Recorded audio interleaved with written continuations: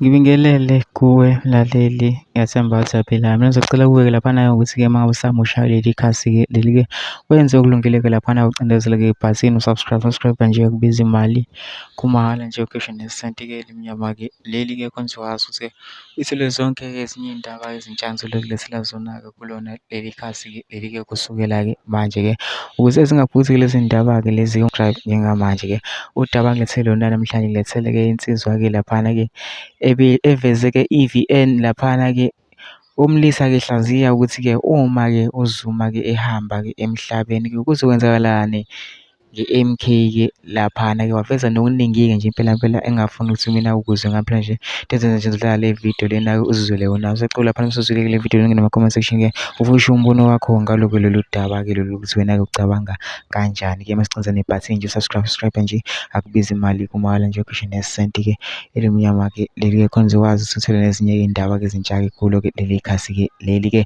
nayo-ke le video-ke awuyithokozele. Hayi lena i-voice note ezinye nje izinto engihlezi nginivusa ngazo kade wase nginitshela njalo ngazo la ku-TikTok. Angisho la basemathandweni ngoba bazongithuka vele hamba la. Into nje sengiyibuka kuyo yonke le mishinishi kaZuma. Sengimbona mina efaka iy'ngane zakhe kwingcuphe yokuthi mayefa namhlanje alihlwithe uhlophe leli qembu libe ngelakhe. Awukwazi ukuthi ungathi ukhanda iqembu ulande imgulukudu eyazi umthetho efunde ngaphe kwakho. Uyabona ukuthi lezi ingane zikaZuma la zizolwa impi kusasa ezingeke ziyinqobe ngoba ziyothi ifa lakithi leli. Athi uhlophe cha mina ngokomthetho nginamandla ngaphe kwenu. Kusayoba ugenqa igonqo wempilo weminyaka. Angimboni uZuma mina ukuthi wenze ubuhlakani ngoba ungathi ubekhanda isitokofela siyosiza izingane zakhe noma engasekho. Kodwa abantu asebasondezela i-capacity yabo yokucabanga isikude kakhulu kunezingane zakhe as much as isingaphezulu kwayikho. Hayi mina nqale voice note uDuduzile wathini wathi ubaba uyikhanda yena uyintamo.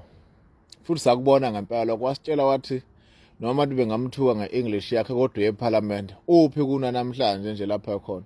Kade funga useParliament uphethe wona mapha ama numbers. Asinankinga noma ngabe okwenziwa ubaba mawukuthi mhlawumbe kuzosave South Africa. But indlela okwenzakala ngayo nelist mhlawumbe nokukhombisa khona ukuthi abengekho ama members kade thenjwa. Ade wasanginitshela izinto lezi nengayiboni. Ngcono mawukuthi izinto ziyakwazi ukukhulunywa abanye abantu nizizwe nini. Wanaye uqobo. Uyambona namanje ukuthi akanayo into emruthile eyizimpande kulento ayenzayo. Sonke isikhathi makumele akhulume udinga isupport yabo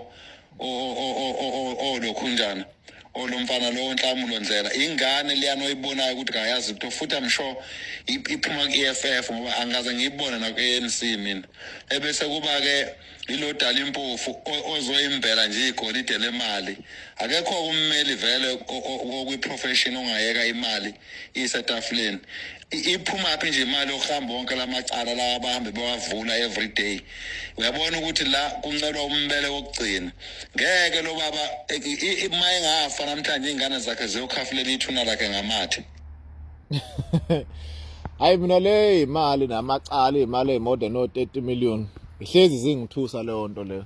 Ngeke abantu beqamba manga kuthiwa abantu abekho funded kuphi abafundanga abantu abamhlophe kwathi kunegaladina lapha lensizwe uyathenga lentozana itafula more than $1 million le mhlophe kwathiwa ngazi kwathiwa ngikwachaze bafethu hayi ngeke hayi khohlwana manje sakwethu lutho.